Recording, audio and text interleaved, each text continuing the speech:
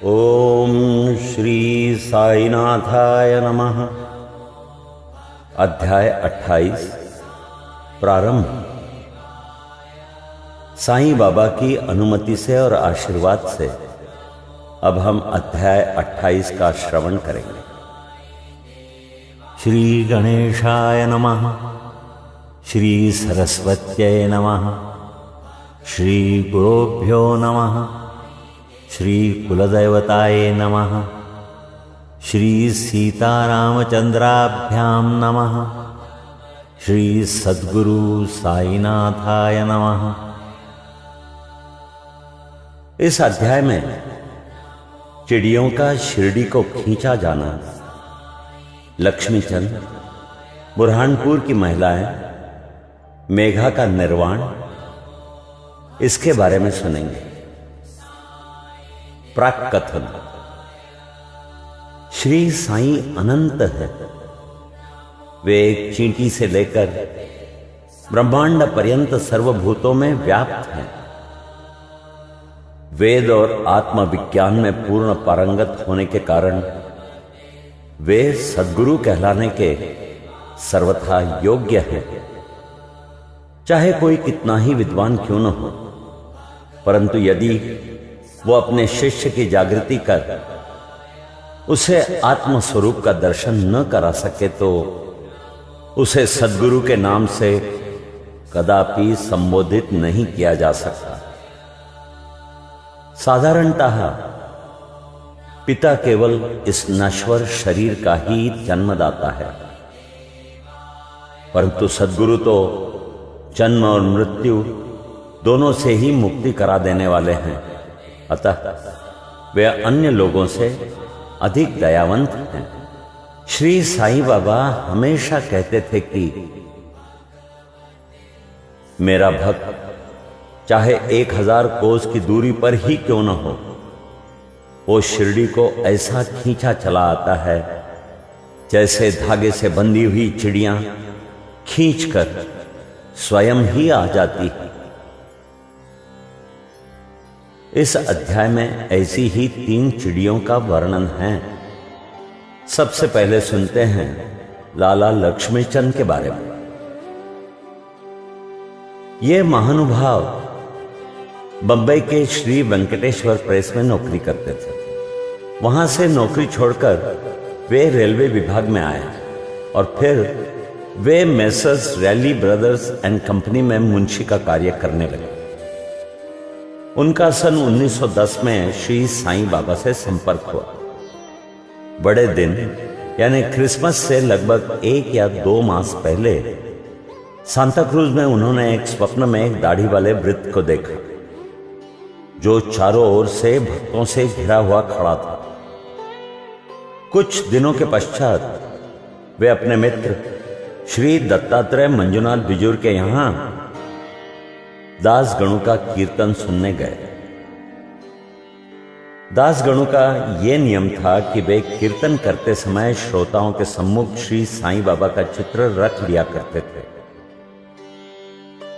लक्ष्मीचंद को यह चित्र देखकर महान आश्चर्य हुआ, क्योंकि स्वप्न में उन्हें जिस वृत्त के दर्शन हुए थे उनकी आकृति भी ठीक इस चित्र के अनुरूप ही थी। इससे वे इस निष्कर्ष पर पहुंचे कि स्वप्न में दर्शन देने वाले स्वयं शिरडी के श्री साईनाथ समर्थ के अतिरिक्त और कोई नहीं है। चित्र दर्शन, दास गणु का मधुर कीर्तन और उनके संत तुकाराम पर प्रवचन आदि का कुछ ऐसा प्रभाव उन पर पड़ा कि उन्होंने शिरडी यात्रा का दृढ़ संकल्प कर लिया।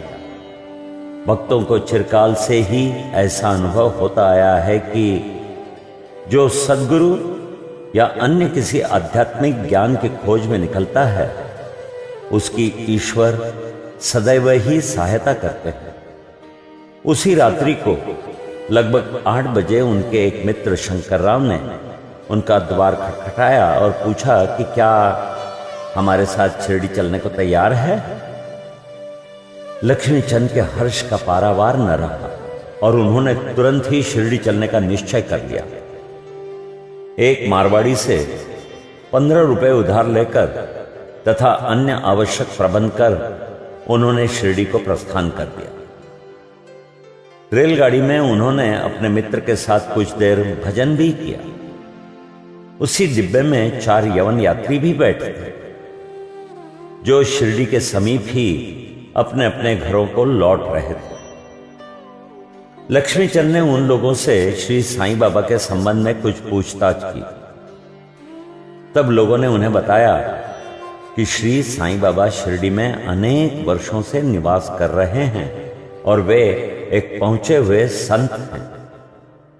जब वे कोपरगांव पहुंचे तो बाबा को भेंट देने के लिए कुछ अमरूद खरीदने का उन्होंने विचार किया।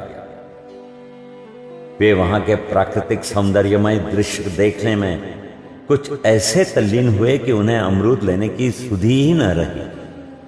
परंतु जब वे शिरडी के समीप आए तो यकायक उन्हें अमरूद खरीदने की स्मृति हो आई।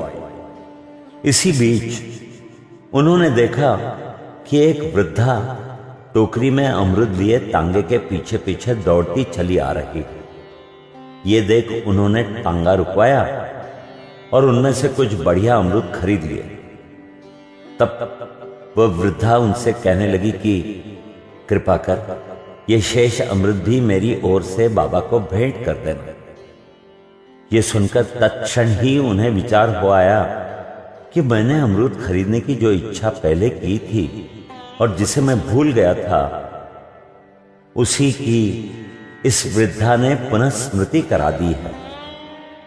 श्री साईं बाबा के प्रति उनकी भक्ति देख वे दोनों बड़े चकित हुए। लक्ष्मीचंद ने यह सोचकर कि हो सकता है कि स्वप्न में जिस वृत्त के दर्शन मैंने किए थे उनकी ही ये कोई रिश्तेदार हो, वे आगे बढ़े। शिरडी के समीप पहुंचने पर उन्हें दूर से ही मस्जिद में फहराती ध्वजाएं दिखाई दी, जिन्हें देख प्रणाम कर अपने हाथ में पूजन सामग्री लेकर वे मस्जिद पहुंचे और बाबा का यथाविधि पूजन करके वे द्रवित हो गए। उनके दर्शन कर वे अत्यंत आनंदित हुए तथा उनके शीतल चरणों से ऐसे लिपटे जैसे एक मधुमक्खी कमल के मकरंद की सुगंध से मुग्ध होकर उससे लिपट जाती है। तब बाबा ने उनसे जो कुछ कहा उसका वर्णन हेमाड़ पंत ने अपने मूल ग्रंथ में इस प्रकार किया है। साले, रास्ते में भजन करते और दूसरे आदमी से पूछते, दूसरे से क्या पूछना, सब कुछ अपनी आंखों से देखना, काहे को दूसरे आदमी से पूछना। सपना क्या झूठा है या सच्चा, कर लो अपना विचार आप। मारवाड़ी से उधार लेने की क्या जरूरत थी, हुई क्या मुराद पूरी। ये शब्द सुनकर उनकी सर्वव्यापकता पर लक्ष्मीचंद को बड़ा अचंभा हुआ। वे बड़े लज्जित हुए कि घर से शिरडी तक मार्ग में जो कुछ हुआ उसका उन्हें सब पता है। इसमें विशेष ध्यान देने की योग्य बात केवल यही है कि बाबा ये नहीं चाहते थे कि उनके दर्शन के लिए कर्ज लिया जाए या तीर्थ यात्रा में छुट्टी मनाए। सांजा, जिसे उपमा भी कहते हैं, उसके बारे में दोपहर के समय जब लक्ष्मीचंद भोजन को बैठे तो उन्हें एक भक्त ने सांजे का प्रसाद लाकर दिया, जिसे पाकर वे बड़े प्रसन्न हुए। दूसरे दिन भी वे सांजा की आशा लगाए बैठे रहे, परंतु किसी भक्त ने वो प्रसाद न दिया, जिसके लिए वे अति उत्सुक थे। तीसरे दिन दोपहर की आरती पर बापू साहब जोग ने बाबा से पूछा कि नैवेद्य के लिए क्या बनाया जाए। तब बाबा ने उनसे सांजा लाने को कहा। भक्तगण 2 बड़े बर्तनों में सांजा भरकर ले आए। लक्ष्मीचंद को भूख भी अधिक लगी थी, साथ ही उनकी पीठ में दर्द भी था।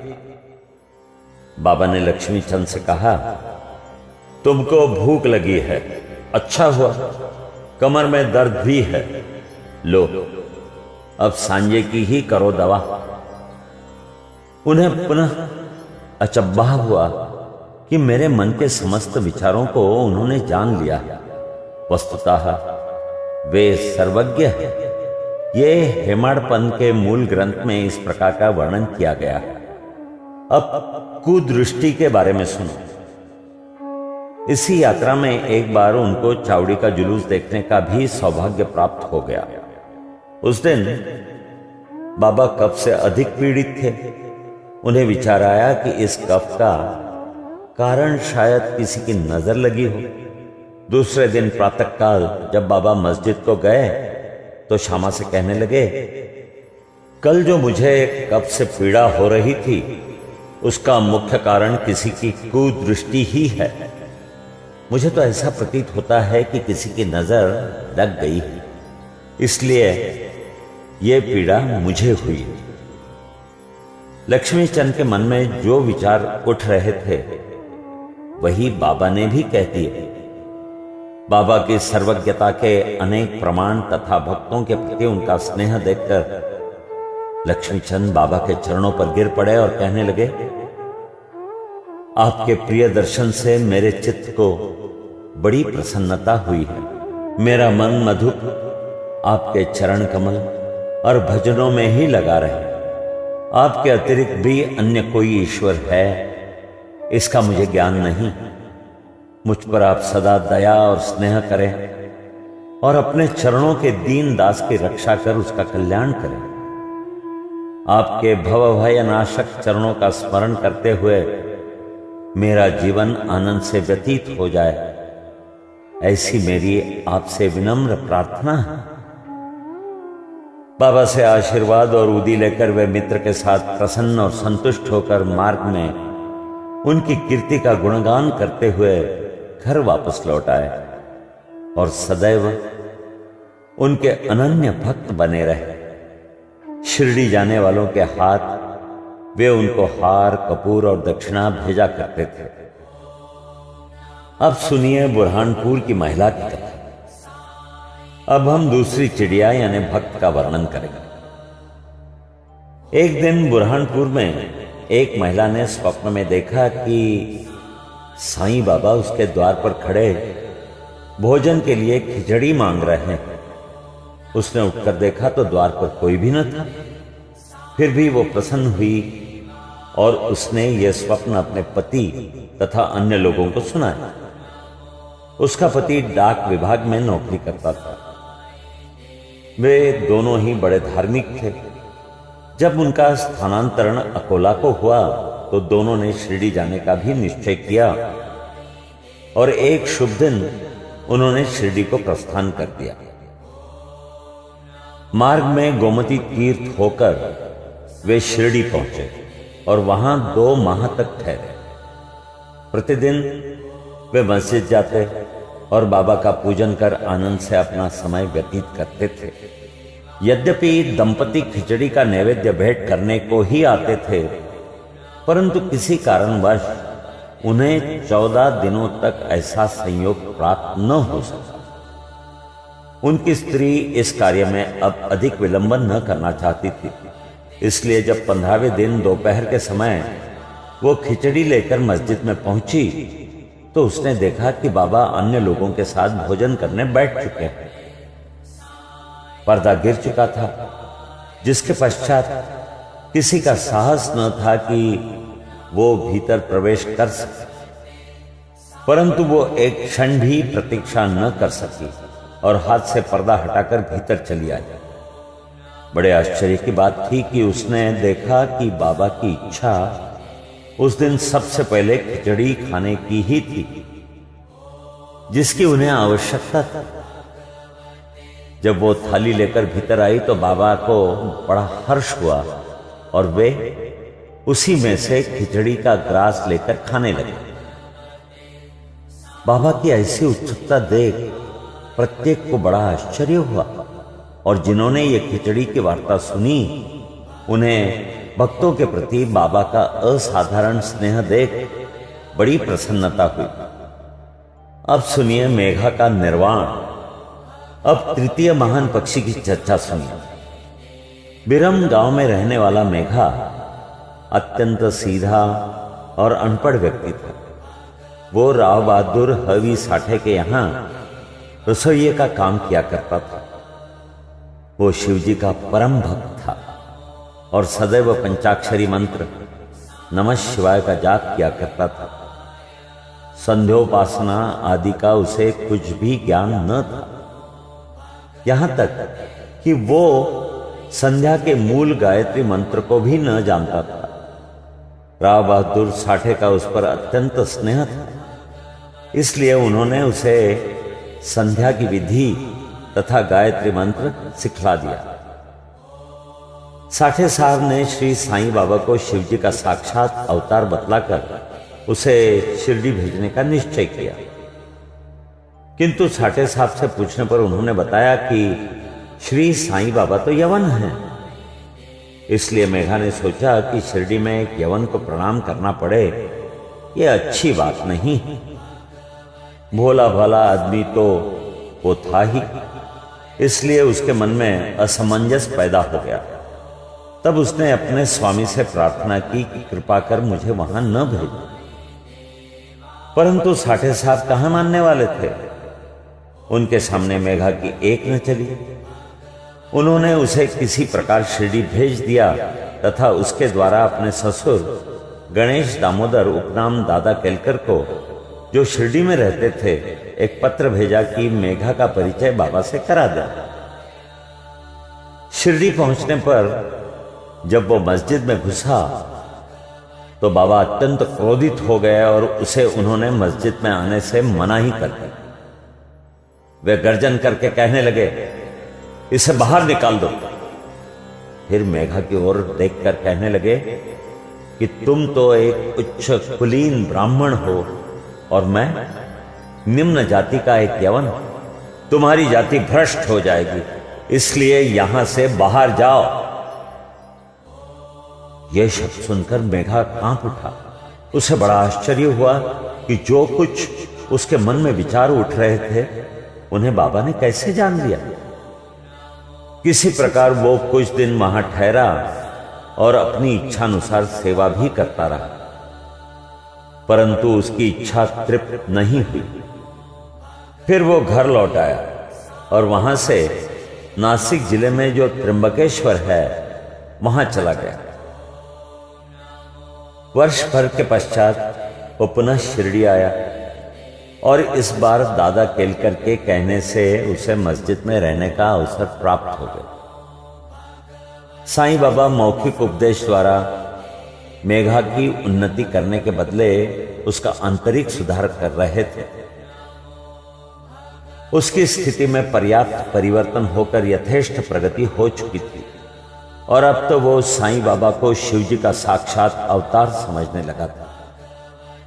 शिव पूजन में बिल्व पत्रों की आवश्यकता होती थी, इसलिए अपने शिवजी का पूजन करने के हेतु बिल्व पत्रों की खोज में वो मीलों दूर निकल जाया करता था। प्रतिदिन उसने ऐसा नियम बना लिया था कि गांव में जितने भी देवालय थे, प्रथम वहां जाकर वो उनका पूजन करता और इसके पश्चात ही मस्जिद में बाबा को प्रणाम करता तथा कुछ देर चरण सेवा के पश्चात ही चरणामृत पान करता था। एक बार ऐसा हुआ कि खंडवा के मंदिर का द्वार बंद था, इस कारण वो बिना पूजन किए ही वहां से लौट आया और जब मस्जिद में आया तो बाबा ने उसकी सेवा स्वीकार न की तथा उसे पुनः वहां जाकर पूजन कर आने को कहा और उसे बतलाया कि अब मंदिर के द्वार खुल गए हैं। मेघा ने जाकर देखा तो सचमुच मंदिर के द्वार खुल गए हैं। जब उसने लौटकर यथाविधि पूजा की तब कहीं बाबा ने उसे अपना पूजन करने की अनुमति दी। अब श्रवण कीजिए गंगा स्नान के बारे में। एक बार मकर संक्रांति के अवसर पर मेघा ने विचार किया कि बाबा को चंदन का लेप करूं तथा गंगा जल से उन्हें स्नान कराऊं। बाबा ने पहले तो इसके लिए अपनी स्वीकृति न दी, परंतु उसकी लगातार प्रार्थना के उपरांत उन्होंने किसी प्रकार स्वीकार कर ली। गोदावरी नदी का पवित्र जल लाने के लिए मेघा को 8 कोस का चक्कर लगाना पड़ा। वो जल लेकर लौट आया और दोपहर तक पूर्ण व्यवस्था कर ली। तब उसने बाबा को तैयार होने की सूचना दी। बाबा ने पुनः मेघा से अनुरोध किया कि मुझे इस झंझट से दूर ही रहने दो। मैं तो एक फकीर हूं, मुझे गंगा जल से क्या प्रयोजन। परंतु मेघा कुछ सुनता ही न था। मेघा की यह दृढ़ धारणा थी कि शिवजी गंगा जल से अधिक प्रसन्न होते हैं, इसलिए ऐसे शुभ पर्व पर अपने शिवजी को स्नान कराना हमारा परम कर्तव्य है। अब तो बाबा को सहमत होना ही पड़ा और नीचे उतरकर वे एक पीढ़े पर बैठ गए तथा अपना मस्तक आगे करते हुए कहने लगे कि अरे मेघा, कम से कम इतनी कृपा तो करना कि केवल मेरे सिर पर ही पानी डालना। सिर शरीर का प्रधान अंग है और उस पर पानी डालना ही पूरे शरीर पर पानी डालने के सदृश है। मेघा ने अच्छा अच्छा कहते हुए बर्तन उठाकर सिर पर पानी डालना प्रारंभ किया। ऐसा करने से उसे इतनी प्रसन्नता हुई कि उसने उच्च स्वर में हर हर गंगे कहते हुए समूचे बर्तन का पानी बाबा के संपूर्ण शरीर पर उंडेल दिया और फिर पानी का बर्तन एक ओर रखकर वो बाबा की ओर निहारने लगा। उसने देखा कि बाबा का तो केवल सिर ही भीगा है और शेष भाग ज्यों का त्यों बिल्कुल सूखा ही है। ये देख उसे बड़ा आश्चर्य हुआ। अब सुनिए त्रिशूल और पिंडी के बारे में। मेघा बाबा को 2 स्थानों पर स्नान कराया करता था। पहले वो बाबा को मस्जिद में स्नान कराता और फिर वाड़े में नाना साहेब चांदोरकर द्वारा प्राप्त उनके बड़े चित्र। इस प्रकार का यह क्रम 12 मास तक चलता रहा। बाबा ने उसकी भक्ति तथा विश्वास दृढ़ करने के लिए उसे दर्शन दिए। एक दिन प्रातःकाल मेघा जब अर्ध निद्रावस्था में अपनी शैया पर पड़ा हुआ था, तभी उसे उनके दर्शन हुए। बाबा ने उसे जागृत जानकर अक्षत फेंके और कहा कि मेघा, मुझे त्रिशूल लगाओ। इतना कहकर वे अदृश्य हो गए। उनके शब्द सुनकर उसने उत्सुकता से अपनी आंखें खोली, परंतु देखा कि कोई नहीं, केवल अक्षत ही यहां वहां बिखरे पड़े हैं। तब वो उठकर बाबा के पास गया और उन्हें अपने स्वप्न को सुनाने के पश्चात उसने उन्हें त्रिशूल लगाने की आज्ञा मांगी। बाबा ने कहा कि क्या तुमने मेरे शब्द नहीं सुने कि मुझे त्रिशूल लगाओ? वो कोई स्वप्न नहीं वरन मेरी प्रत्यक्ष आज्ञा थी। मेरे शब्द सदैव अर्थपूर्ण होते हैं, थोथे पोंछे नहीं। मेघा कहने लगा कि आपने दया कर मुझे निद्रा से जागृत कर दिया है, परंतु सभी द्वार पूर्ववत ही बंद देखकर मैं मूढ़मती भ्रमित हो उठा हूं कि कहीं स्वप्न तो नहीं देख रहा था। बाबा ने आगे कहा कि मुझे प्रवेश करने के लिए किसी द्वार की आवश्यकता नहीं है। न मेरा कोई रूप ही है और न ही कोई अंत। मैं सदैव सर्वभूतों में व्याप्त हूं। जो मुझ पर विश्वास रखकर सतत मेरा ही चिंतन करता है, उसके सब कार्य मैं स्वयं ही करता हूं और अंत में उसे श्रेष्ठ गति देता हूं।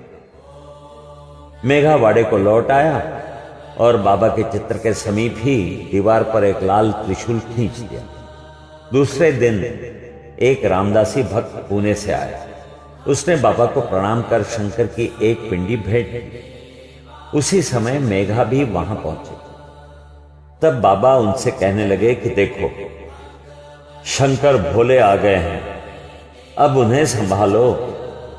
मेघा ने पिंडी पर त्रिशूल लगा देखा तो उसे महान विस्मय हुआ।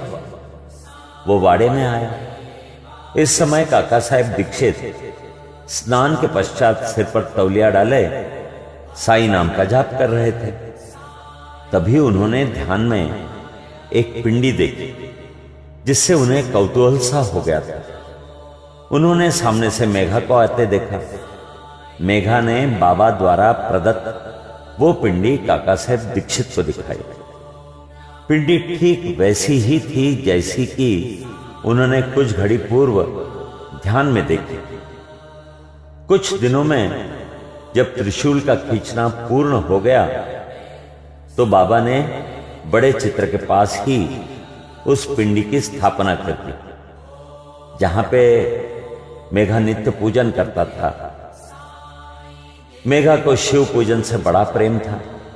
त्रिपुंड खींचने का अवसर देकर तथा पिंडी की स्थापना कर बाबा ने उसका विश्वास दृढ़ कर दिया। इस प्रकार कई वर्षों तक लगातार दोपहर और संध्या को नियमित आरती तथा पूजा कर 1912 में मेघा परलोकवासी हो गया। बाबा ने उसके मृत शरीर पर अपना हाथ फेरते हुए कहा कि ये मेरा सच्चा भक्त था। फिर बाबा ने अपने ही खर्च से उसका मृत्यु भोज ब्राह्मणों को दिए जाने की आज्ञा की, जिसका पालन काका साहेब दीक्षित ने किया। यहां हमारा अध्याय 28 समाप्त होता है।